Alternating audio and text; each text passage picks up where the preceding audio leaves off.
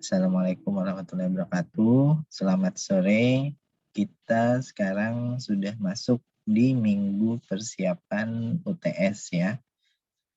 Materi terakhir memang baru minggu ini. Mungkin kalian baru nonton-nonton juga untuk rotasi benda rigid. Tapi ini latihannya untuk materi minggu sebelumnya. Nah, di hari Kamis kita latihan soal juga dengan tambahan materi yang minggu ini insya Allah. Di Kamis jam 13.30 ya, berhubung Pak Diga memang masih belum bisa ternyata 3 minggu ini. Kupikir kemarin cuma 1 minggu aja. Oke, kita mulai. Jadi sistemnya seperti ini ya. Aku akan jelaskan untuk masing-masing soal. Kemudian kalian silahkan setelah itu jika ada yang ingin ditanyakan sambil mengisi survei pada link yang akan aku berikan. Jadi nanti aku kasihkan linknya di kolom chat. Silahkan diklik, kalian isi survei tersebut.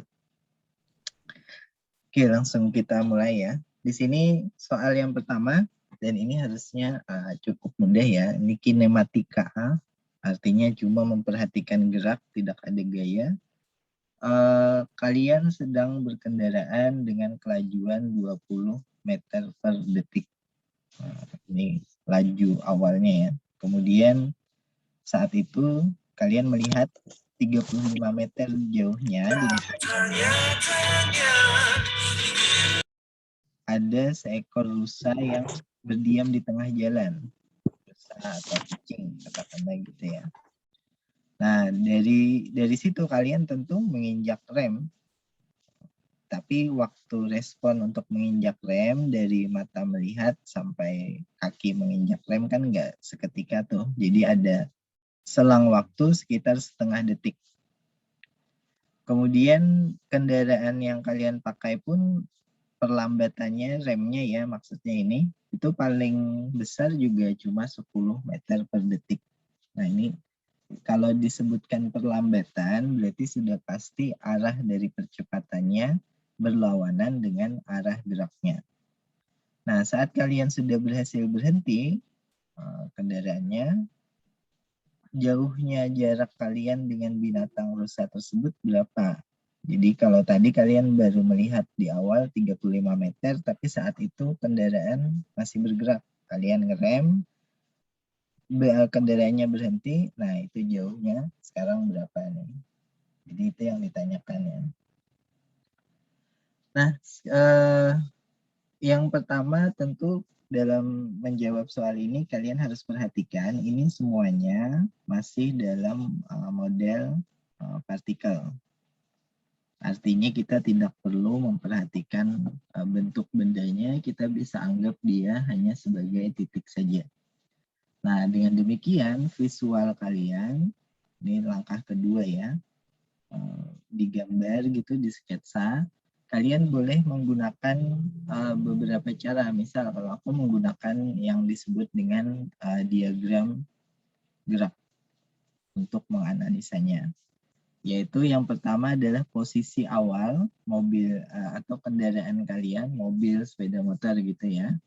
Kemudian ini posisinya masih bergerak nih kalian, tapi kalian melihat ada rusa di depan, maka kalian menginjak rem. Nah, saat merespon ada rusa tersebut, kalian masih bergerak, ada selang waktu 0,5 detik.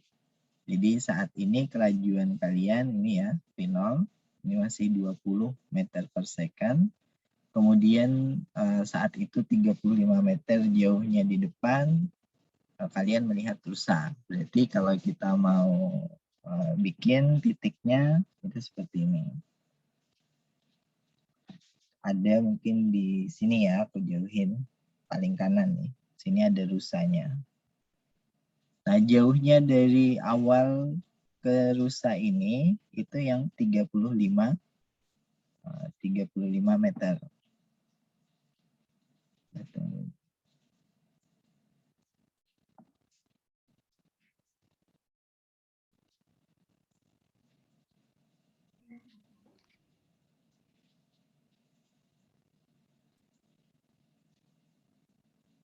Apa ini nggak bisa digerak? Tunggu ya.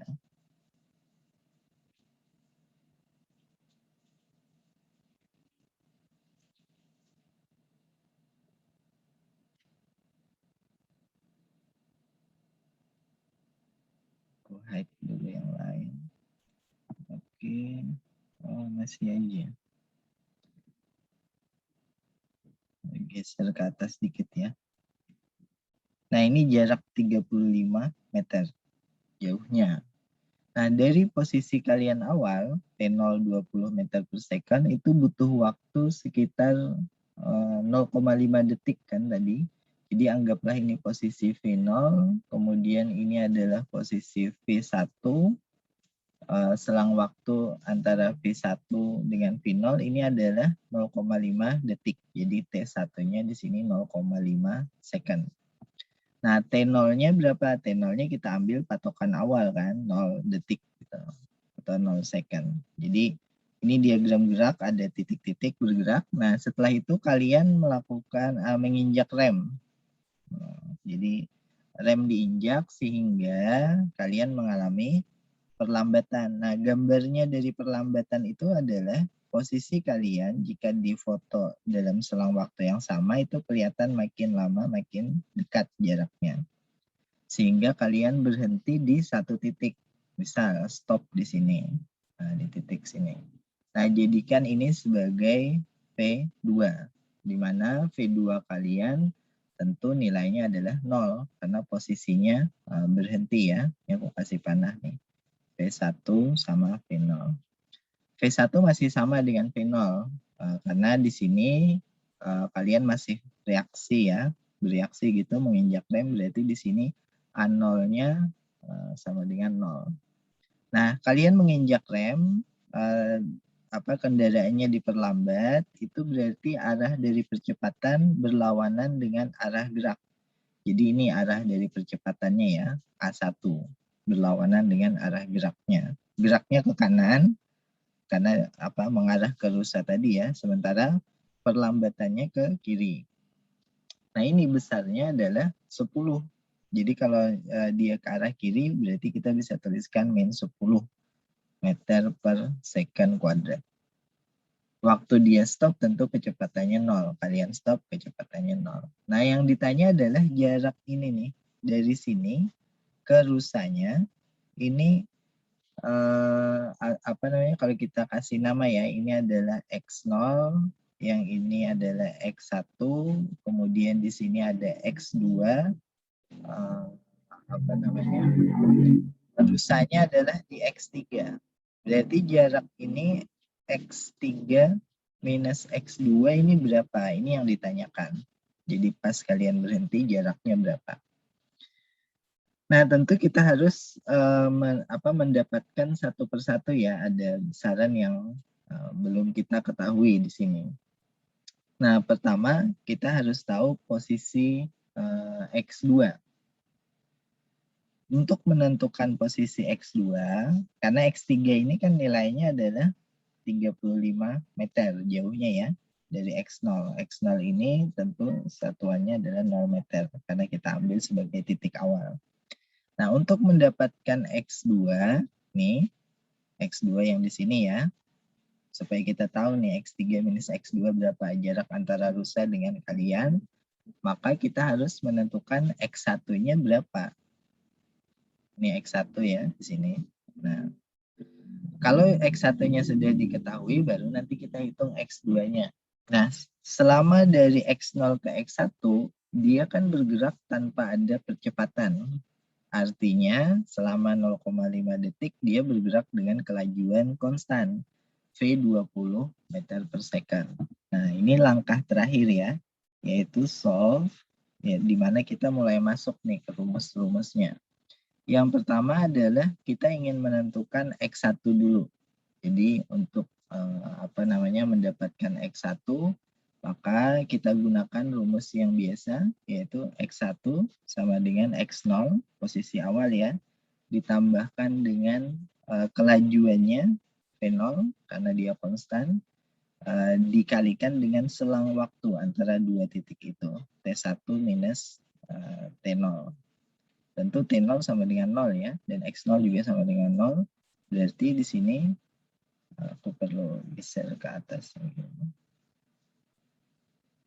Berarti di sini X0-nya adalah 0 plus V0-nya di sini adalah 20. 20 meter per second, kemudian T1-nya adalah 0,5 second kan tadi, dikurangi T0-nya adalah 0. Berarti posisi X1 di sini adalah 10 ya, 10 meter. Secondnya dicoret. Oke, posisi X1 didapat, berarti baru kita mencari X2-nya. Nah, untuk mendapatkan X2, di sini kan kalau ini kalau aku tuliskan 10 meter, berarti antara rusa dengan posisi X1 kan sisa 25 meter tuh. Dari 25 meter ini kalian menginjak rem sehingga ada percepatan. Nah, di sini percepatan kalian berarahnya berlawanan dengan arah gerak sehingga ini perlambatan dan membuat kalian berhenti. Berarti kalau kita gunakan rumus, kalau berhenti itu kan ketahuan kecepatan akhirnya 0. Berarti kalian bisa gunakan rumus yang ada V-nya. Jadi misal V2, ini kecepatan akhir kuadrat, sama dengan V1 kuadrat. V1 ini dikuadratkan, ditambah 2A dikalikan jarak yang ditempuh ya. Jarak yang ditempuh adalah dari X1 ke X2. Nanti dikurangkan kan, X2 dikurang X1. X2 adalah kalian berhenti, X1 di mana remnya mulai bekerja. Nah, tentu V2 kuadrat adalah 0. V1-nya konstan ya, sama seperti kecepatan awal, yaitu 20 meter per second. Tapi ini dikuadratkan juga ya satuannya, ditambah 2 dikalikan A-nya jangan lupa dia negatif karena berlawanan arah gerak kan melakukan pengereman tadi. Jadi 2A 10 meter per second kuadrat dikalikan selisih jarak keduanya. Nah, di sini X2 belum kita ketahui, dikurangi X1 yang tadi nilainya 10 meter. Nah, di sini persamaannya udah gampang nih. Kalian tinggal hitung ya, 2 kali min 10, min 20. Ini 20 kuadrat berarti 400. Ini min 20 kalikan X2, min 20 kalikan min 10, plus 200 ya. Dikurangkan sini bisa. Harusnya kalian bisa menghitung sendiri, nanti dicek X2 itu nilainya adalah 30 meter. Nah, karena X2-nya sudah diketahui, kita bisa menghitung jarak kalian dengan rusa. Jadi X2-nya 30 meter itu ada di sini. Jadi 10 meter kalian mulai menginjak mulai direm kendaraannya, pada jarak 30 meter kalian berhenti. Jadi otomatis X3 min X2-nya, X3-nya 35 min 30, berarti jarak kalian dengan rusa adalah 5 meter. Nah, seperti ini cara menjawabnya ya. Jadi jangan langsung loncat ke rumus. Gunakan sketsa, kemudian tuliskan besaran yang diketahui dan yang tidak diketahui, baru masuk ke rumusnya apa. Oke, ada pertanyaan kah dari sini?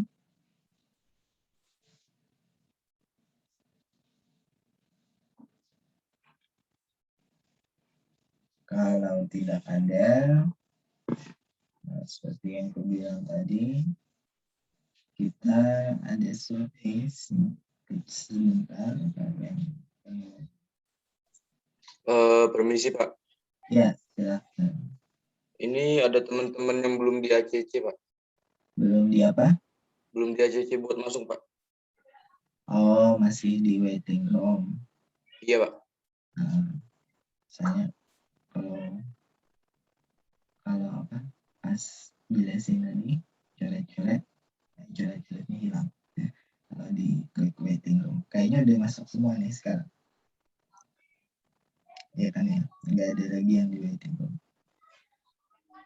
Tadi ada yang lapor sih Pak. Oh sudah Pak, sudah masuk Pak. Oke. Nah itu linknya, tunggu diklik, diisi sebentar saja. Terus kita lanjut ke soal yang kedua.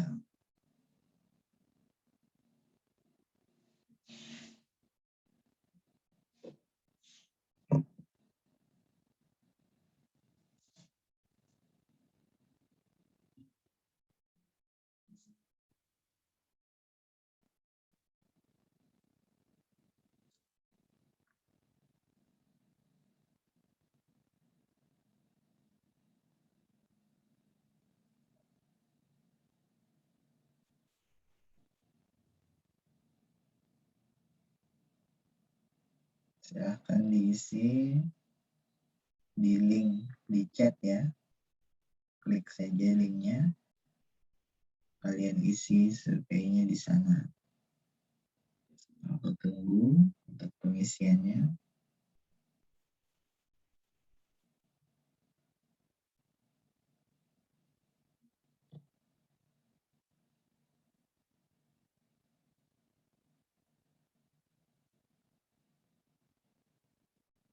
Kalau sudah paham, tulis paham saja, tidak ada gitu ya.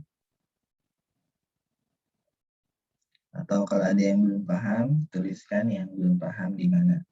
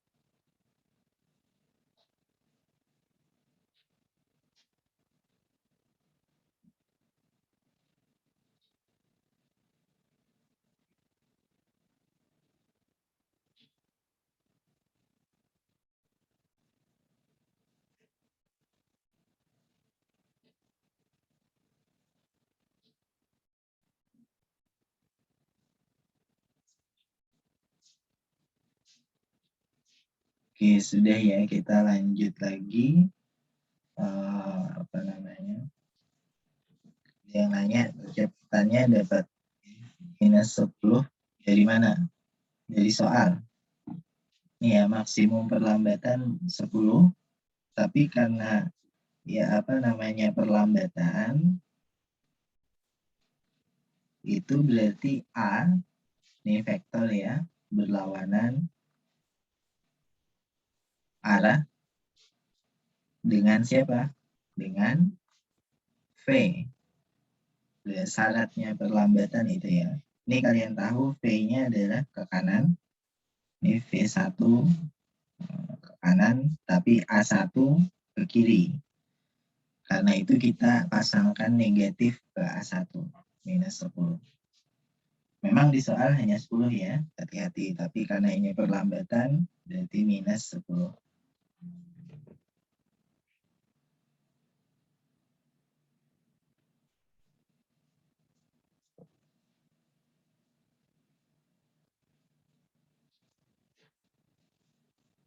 Alur perhitungannya.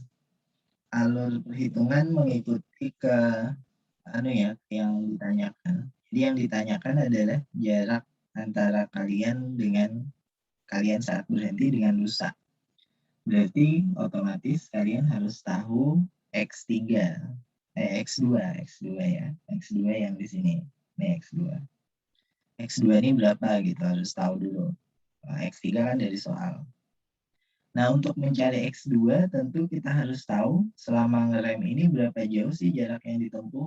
Otomatis kita harus tahu saat mulai ngeremnya X1 itu kecepatan awalnya berapa. Jadi dicari lagi X1-nya berapa, kecepatan awalnya berapa. Nah, dari situ mundur ke belakang kan kita cara menghitungnya. V1 V1 kan konstan tuh dari sini 20 meter per second. Tapi dicari X1 lagi. Menentukan rumusnya bagaimana ya feeling. Makin sering kalian mengerjakan soal, kayaknya kalau aku mau cari X1 nih dari percepatannya 0, kita pakai rumus yang ini nih, karena nggak ada percepatan. Rumus yang X1 sama dengan X0 plus V0 dikalikan T1 min T0. Kalau mau cari yang ada kecepatannya berubah, ada percepatan, aku tahu kecepatan akhirnya 0, ya sudah gunakan P akhir kuadrat sama dengan, aku ngakalinnya gini ya, PT kuadrat sama dengan P0 kuadrat tambah 2AS gitu. S itu adalah selisih jarak yang ditempuh. Ya, by feeling aja mungkin kalau itu ya, karena kalian sering nanti mengerjakan, mempelajarinya langsung kepikiran, oh rumusnya yang ini nih yang cocok gitu. Oke, ada pertanyaan lain, diagram gerak yang, karena diagram gerak kan mungkin belum tahu dari awal ya, basic rumus dari mana ke mana. Ya, rumus ya jam terbang intinya. Kalau kalian jam terbangnya udah banyak, nanti langsung kepikiran, oh ini yang cocok gitu. Karena yang diketahui cuma V0 sama T, oh berarti kita bisa pakai rumus ini. Oh yang diketahui percepatan sama kecepatan, oh kita pakai rumus yang B ini, V2 kuadrat sama V1 kuadrat plus 2S. Nah, tentang diagram gerak, itu apa sih diagram gerak? Jadi, kalau kalian menjawab soal, analisisnya itu di sketsa dulu, itu Pak. Itu adalah cara yang lebih tepat sebenarnya dibandingkan kalian langsung loncat ke rumus. Rumusnya apa? Rumusnya apa? Keliru. Kalian harus bayangkan dulu. Nah, diagram gerak itu bendanya cuma dituliskan sebagai titik. Jadi kalian tidak perlu menggambar kendaraannya, mobil, motor gitu ya. Cukup titik. Titik itu adalah posisinya. Jadi kalau mobil bergerak dengan kelajuan konstan, jarak antar titiknya sama. Itu diagram gerak ya. Kalau dia lagi direm, jarak antar titiknya makin lama, makin kecil. Nih, aku gambarkan di baris kedua sampai dia berhenti di sini. Nah, kalau mobilnya dipercepat, jarak antar titiknya makin lama makin jauh. Ini titik ini adalah posisi mobil yang dipotret dalam selang waktu yang sama. Misal, delta T-nya adalah 1 detik. Jadi setiap 1 detik dipotret. Ini posisinya yang hitam ini. 1 detik dipotret, ini posisi hitam. Nah, ini V-nya konstan. Ini P-nya diperlambat. Ini V-nya dipercepat. Ini diagram gerak ya. Kenapa kalian tahu dipercepat? Karena jarak antar titik ini itu tidak lain dari vektor V-nya. Ini makin lama makin panjang vektor kecepatannya. Makanya dia dipercepat. Ini makin lama makin lambat. Vektor kecepatannya makin kecil. Ini makin lama. Ini konstan karena jaraknya sama. Nah, ini sekilas untuk diagram gerak. Mungkin kita bisa lanjut ya. Coba sebentar. Ada perhitungan rumus, sudah paham, oke. Kalau bingung masuk kemana, habis ini kemana, sama sih aku dulu juga gitu. Tapi mungkin sering, mungkin paham. Jadi dibaca-baca aja lagi ya, dikerjakan ulang. Oke, soal kedua sekarang. Ini agak unik soalnya, mungkin muncul karena soal-soal biasanya kalian masukin rumus aja ya. Kalau ini agak unik nih. Sebuah bola dilemparkan bukan dari tebing ya, tapi ke arah tebing.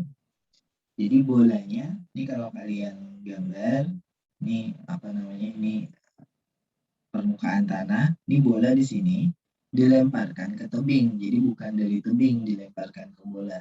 Dilemparkan ke tebing, katakanlah ini tebingnya. Nah, gitu ya. Kemudian dengan kelajuan 30 meter per second. Ini kelajuan awal ya, udah pasti. V. 30 meter per second. Sudutnya berapa? 60 derajat. Nih. Dari garis horizontal ini maksudnya permukaan tanah ya. 4 detik setelah itu bola mendarat di ujung tebing. Nah, kalian mulai pasangkan ininya, koordinatnya ya. Di sini adalah T0 seperti biasa, diambil waktu 0 detik. Kemudian ini adalah posisi yang kedua, T1 yang kita tuliskan. Ini adalah berapa tadi? 4 detik setelah itu ya, berarti ini 4 second. Kemudian apalagi yang bisa diketahui, V awal 30 meter per second. Berarti ini mending kita ganti menjadi V0 ya. Jadi aku tambahkan V0 30 meter per second. Kemudian yang ditanya adalah hitunglah ketinggian tebing. Nah, mulai agak aneh nih ya. H, ini nilainya berapa? Tapi ini sebenarnya adalah kinematika gerak di 2 dimensi, yaitu gerak parabola. Nah, rumusnya ya tidak lain dari rumus gerak parabola. Nah, ingat pada gerak parabola, ini bagian visual ya. Nih, visualnya. Modelnya tetap model partikel, karena bolanya dianggap tidak punya hambatan udara, dia partikel. Materi minggu ini itu bukan model partikel, yaitu model benda tegar. Jadi itu lawannya sekarang, yang materi minggu ini. Nah, yang di LMS. Nah, visualnya seperti ini, kalian sketsa. Hitunglah ketinggian tebing, itu H ya, bagian A. Hitunglah tinggi maksimum bola, ini bagian ini ya berarti. Ini tinggi maksimum bola. Gitu, I max misalnya ya. I maksimum bolanya, kemudian berapakah kelajuan bola saat menabrak dinding tebing, berarti tepat sebelum menabrak, maksudnya gitu ya, tepat bolanya sebelum menabrak dinding tebing, yaitu P1 ini berapa. Kalau sudah nabrak ya tentu 0 kecepatannya, namanya juga udah nabrak kan, diam-diam. Tapi tepat sebelum menabrak P1 nilainya berapa. Jadi ini ada pertanyaan A, ini pertanyaan B, P maksimum berapa. Ini adalah pertanyaan C, V1-nya berapa. Jadi kalian dari sketsa visual melihat ya situasinya seperti apa nih. Ini gerak parabola biasa sebenarnya. Cuma ditanyakan lemparan dari bawah. Oke, nah untuk gerak parabola kalian harus ingat ini sebagai apa ya, pengingat aja, gerak parabola seperti ini gerakannya itu ada di 2 dimensi kan, ada di sumbu X, ada di sumbu Y. Nah, yang di sumbu X, Vx-nya ini konstan. Ini yang harus kalian ingat. Vy-nya ini Vy mungkin harus turunkan ke bawah. Tunggu ya bisa. Nah, V-nya adalah berubah-ubah. Kenapa? Karena di VY ini ada yang namanya percepatan gravitasi. Nah, percepatan gravitasi itu jangan lupa arahnya selalu ke bawah, menuju pusat bumi ya. G. Di soal UTS biasanya G itu 10. Nah, kalau di soal ini aku ambil dari buku, dia pakai nilai 9,8. Jadi perhatikan ya, saat mengerjakan nanti percepatan gravitasi besarnya berapa. Nah, PY itu selalu berubah karena ada percepatan gravitasi gitu ya. Nah, kalau ditanyakan ketinggian tebing, berarti ini kan gerak parabola, kita tahu waktu yang dibutuhkan adalah 4 detik. Berarti langsung saja di sumbu Y ini rumus untuk mencari ketinggian di waktu tertentu atau di waktu kapanpun.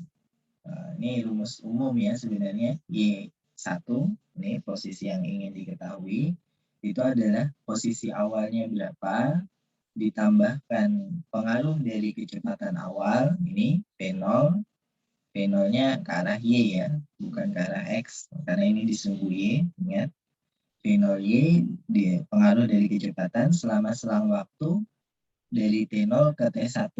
Selalu dikurangkan kebalik ya, T1 min T0. Ditambah ada pengaruh dari percepatan gravitasi, yaitu rumusnya setengah A disumbu Y, yaitu percepatan gravitasi ya, dikalikan selang waktu yang dikuadratkan. Jadi selang waktunya T1 min T0 dikuadratkan. Jadi rumus ini sederhana saja, yaitu posisi akhir Y1 adalah posisi awal Y0 ditambah pengaruh kecepatan ditambah pengaruh percepatan. Rumus umum.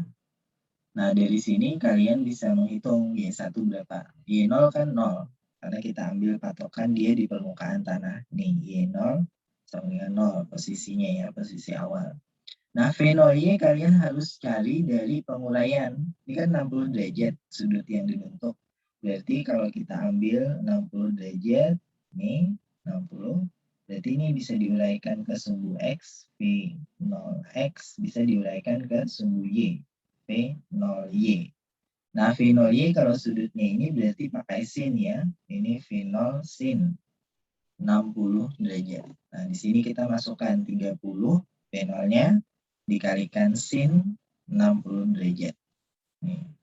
Kemudian dikalikan selang waktu di antara T1 min T0. Tentu selang waktunya 4 ya, karena T0-nya 0. Kita langsung tulis aja deh 4. Plus setengah. Nah, jangan lupa A ini adalah percepatan gravitasi, AY. Dan arahnya ke bawah. Kalau arahnya ke bawah berarti minus ya. Kalian harus perkalian dengan minus 9,8. Atau kalau di soal UTS biasanya 10 meter per second diambil. Nanti ada tulisannya, ketentuannya. Ini bisa ditulis di satuannya. Nah, kuadrat, bukan kuadrat. Yang kuadrat T-nya ya. Selang waktunya adalah 4 dikuadratkan. Ini sudah bisa dihitung semua nih, 30 kali sin 60. Kalian gunakan kalkulator atau mau pakai setengah akar 2 boleh. Nah, kemudian kalikan 4 tambah setengah kali min 98 kali 4. Tapi harus jadi angka ya hasilnya. Ini kalau kalian hitung, Y1 adalah 25,5 meter. Jadi kalian cek aja lagi. 25,5 meter gitu. Jadi ketinggian tebing nih yang tadi ditanyakan ya, dari bawah sampai ke atas, ini ketinggiannya adalah 25,5 meter. Nah, ini bagian yang A. Sekarang yang B, hitunglah tinggi maksimum bola. Nah, tinggi maksimum berarti kecepatan bola di sumbu Y itu adalah 0. Namanya juga maksimum kan, kalau kalian lempar bola ke atas, maksimum dia berhentinya adalah di kecepatan 0. Gitu. Habis itu dia turun lagi ke bawah. Nah, ini aku tuliskan di kolom Y lagi ya. Berarti untuk yang ada kecepatan, nah ini feeling-feelingan, berarti V akhir kuadrat gitu ya. Ini feeling, aku harus pakai rumus PY. Atau kita geser ke bawah. Berarti aku harus pakai rumus, PY kuadrat pada waktu tertentu ya di puncak nih, V maksimal kuadrat sama dengan V0Y kuadrat plus 2A. Nah, yang ditanyakan ketinggian maksimum, makanya kita pakai rumusnya ini.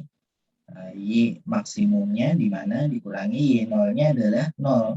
Jadi aku langsung tulis Y maksimum ya. 2A Y maksimum. Nah, rumus ini gampang karena V-nya pada saat ketinggian maksimum tentu 0 kuadrat. Jadi 0 sama dengan V0Y-nya. Nah, itu yang kita hitung. V0Y-nya adalah yang tadi ya, V0 sin 60. Jadi V0 sin 60, ini aku tulis saja V0 sin 60. V0-nya tadi berapa? 30 ya. 30 sin 60 dikuadratkan ditambah, jangan lupa di sini ada 2 kali minus 9,8 dikali Y maksimum. Nah, dari sini kalian sudah bisa dapat nih, ini kan minus nih, berarti pindah aja ke sebelah. 2 kali 9,8 Y maksimum sama dengan 30 sin 60. Kalian kuadratkannya, cuma aku pindah sebelah. Nanti kalian cari Y maksimumnya. Y maksimum nilainya berapa? Nah, kalau kalian benar menjawab, Y maksimum mestinya nilainya adalah 34,4 meter. Nah, Y maksimumnya lebih tinggi dari tebingnya ya. Tebingnya cuma 25, tadi Y maksimumnya 34. Jadi memang gambar kita benar. Ini karena aku nyontek di bukunya. Ini gambarnya benar yang 34 meter. Ini 25,5. Lebih tinggi ya, terus dia turun lagi, bolanya menyentuh tebing. Nah, kemudian kelajuan bola saat menabrak dinding. Kelajuan bola saat menabrak dinding berarti kita harus menghitung komponen kecepatan dari bola saat mau menabrak dinding tebing ini ya. Tapi komponennya kan ada 2 sumbu tuh, berarti ada sumbu X, ada sumbu Y. Nah, coba pilih selanjutnya. Di sumbu Y, VY-nya sudah kita ketahui kan tadi, atau belum diketahui ya? Oh, belum. Ada yang ada yang waiting room lagi. Di sumbu Y, kecepatan akhirnya sesaat sebelum menabrak belum diketahui. Nah, tentu kecepatan akhir di sumbu Y ini adalah kecepatan di mana ada perubahan ya, V-nya berubah nih. Jadi untuk bagian C, ini bagian C, kita cari dulu VY di 1 atau V1Y, yaitu kecepatan di sumbu Y pada saat posisi 1. Posisi 1 di mana? Posisi persis mau menabrak dinding tebing ya, di gambar di atas tadi. Nah, di sini tentu kita hitung dari V0, balik lagi rumus awal ya, V0-nya berapa, V0Y maksudnya, supaya jangan lupa. Ditambah percepatannya, ini pengaruh percepatan AY dikalikan selang waktunya, T1 min T0. Berarti V0Y-nya adalah 30 sin 60 ditambah, jangan lupa di sini ada minus. Ya, langsung aja ya ditulis minusnya berarti biar minus 9,8 dikalikan oh ini karena selang waktunya adalah detik, jadi langsung dikalikan 9,8. Nah, ketemu di sini V1Y-nya nilainya berapa? Kalau kalian benar menghitung, berarti di sini minus 13,22. Nah, berarti pada saat mau menyentuh tebing, V1Y arahnya ke bawah. Ini V1Y, arahnya ke bawah ya.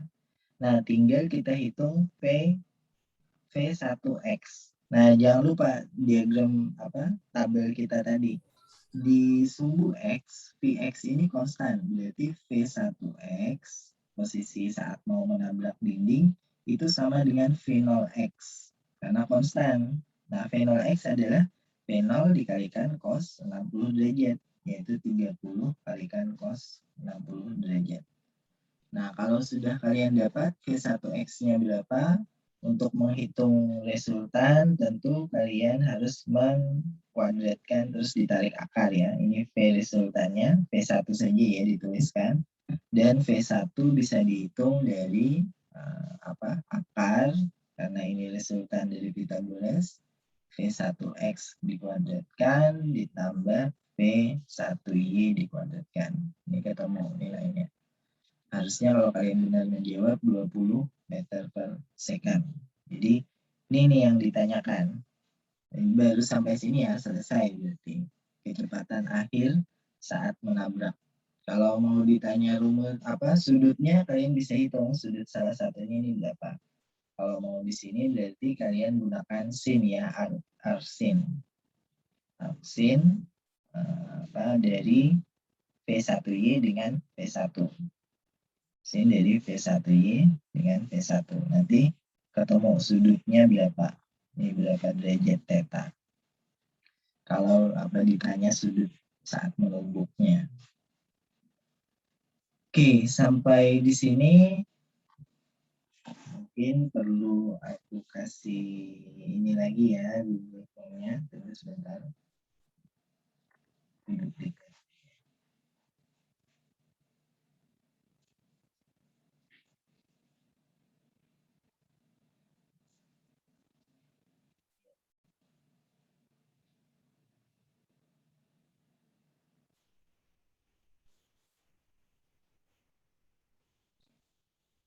Link yang baru ya, bukan yang tadi lagi.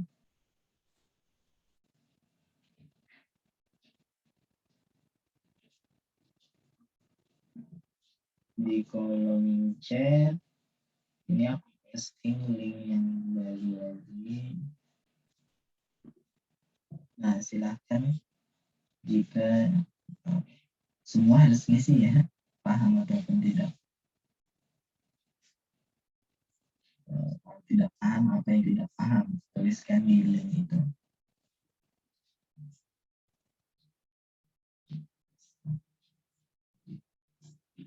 link yang terbaru ya, yang paling bawah. Silahkan diisi.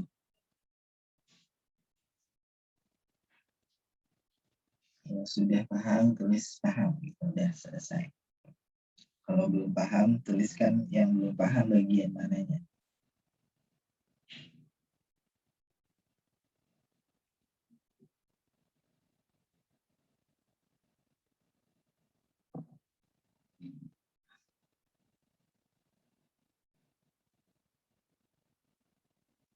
Kita masih ada banyak soal. Soal ketiga.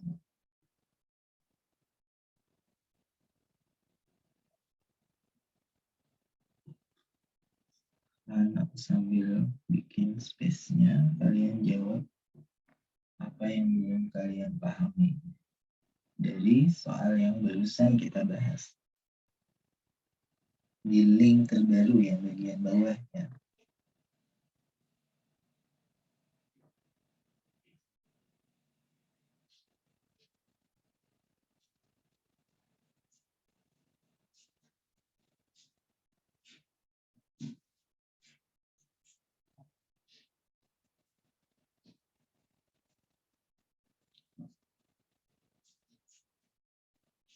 Tiga 30 kali sin 60 dari mana? Itu adalah penguraian komponen dari kecepatan awal. Yang namanya graf parabola, ini kecepatan awal nih selalu miring. Kalau nggak miring bukan graf parabola ya, graf vertikal. Nah, karena dia miring berarti kecepatan selalu bisa punya dua komponen. Kita membahas dua dimensi aja sekarang, komponen X dan Y. Nah, kalau komponen X berarti cos 60, komponen Y adalah sin 60. Kalau masih bingung dengan mana yang harus cos, mana yang harus sin, berarti buka buku yang rumus apa, cara menghitung sudut-sudut itu ya. Sudut sin itu sisi mana dibagi sisi mana gitu. Kita jadi diulang kembali.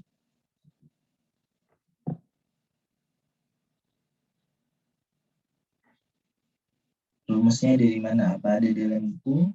Ada dalam buku semua. Jadi rumus kinematika nggak berubah dari PT sama dengan V0 plus A dikalikan delta T, PT kuadrat, V0 kuadrat plus 2S ya.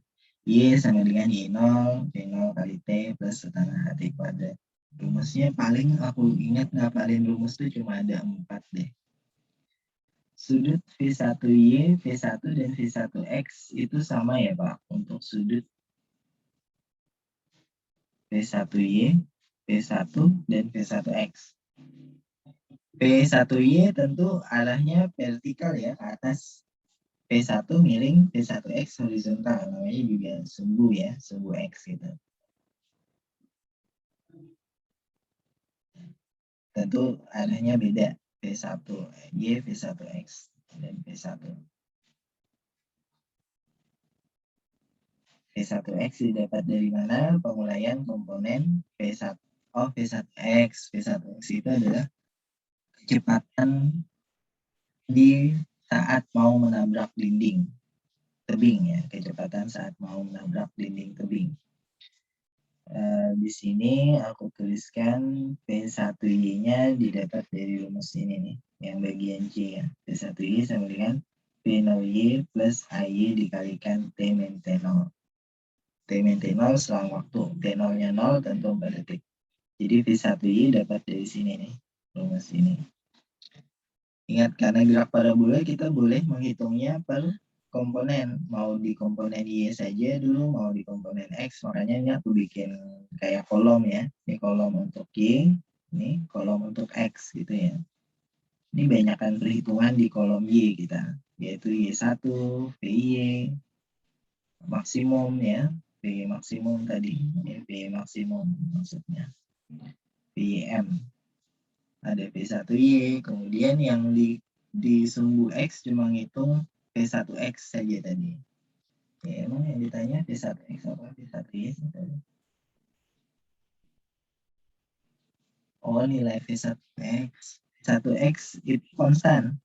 Jadi yang namanya graf parabola, kecepatan di sumbu X nilainya sama dengan kecepatan di saat awal. Kecepatan awal V0X adalah V0 cos 60. Uraian komponen ya dari ini. Ini V0X itu adalah V0 cos 60. Kalian hitung sendiri ya, cos 60 berapa dikalikan V0 30. Nah, kecepatan V0X ini konstan, nggak berubah dia. Jadi waktu melempar bola, kalau kecepatan V0X-nya adalah 10 meter per detik, ya sampai kapanpun bola tersebut bergerak, mau di ketinggian maksimum, mau di jarak terjauh, kecepatan di sumbu X selalu sama, yaitu 10 meter per detik. Kalau kecepatan awalnya 10 meter per detik. Jadi itulah uniknya graf parabola, makanya aku tulis di sini Vx-nya konstan, sama terus di mana-mana. V-nya berubah-ubah, bisa positif, bisa negatif karena ada pengaruh percepatan gravitasi. Oke, kayaknya kita cukup ya, lanjut ke jika ditanyakan sudut V1Y, bagaimana rumusnya? V1Y. Ini ya rumusnya. V1Y kan arahnya ke bawah vertikal, mungkin V1 maksudnya ya. Kebalikan sin.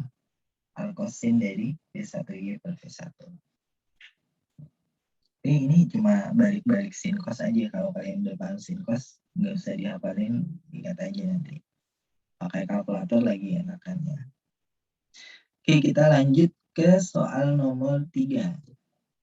Nah, ini juga agak unik soalnya. Bola bermasa 2 kg ditahan dengan satu gaya pada dinding vertikal agar tidak jatuh. Ini kalau kita sketsa ya. Nah, ini modelnya adalah tetap ini model partikel. Jadi bolanya dianggap partikel. Bukan bola, baloknya dianggap satu titik aja bisa sebenarnya gitu ya. Visualnya bagaimana? Nah, ini yang penting. Visual sketsanya kalian ya. Balok itu ditahan di dinding, di dindingnya. Baloknya ditahan di dinding kayu ya. Kayu. Ini balok. Aku gambar kayak gini aja. Kalau nggak rata ini harusnya rata ya. Ditahan di dinding dengan satu gaya yang sudut gayanya adalah 45 derajat. Katakanlah ini tangan kalian. Nah, ini tangan kalian memberikan gaya ke dinding F, kalian dorong ya. Dorong gaya ke dinding, sudutnya ini kalau dihitung dari horizontal yang ini 45 derajat.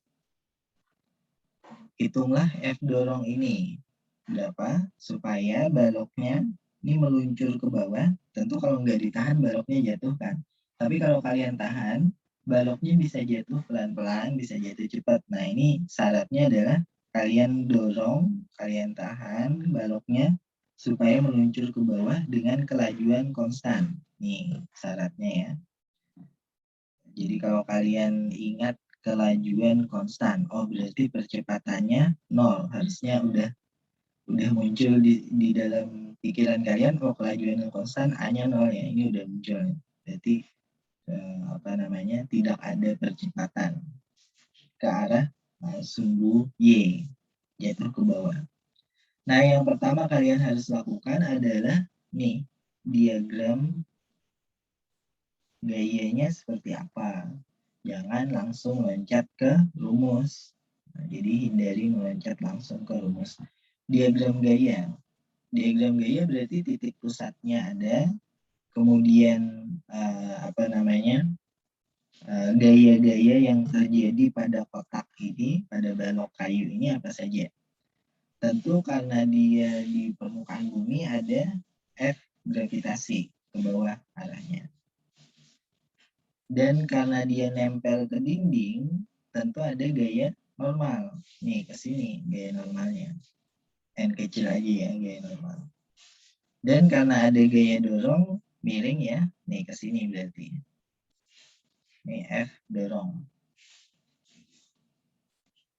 F dorong sudutnya tadi 45 derajat.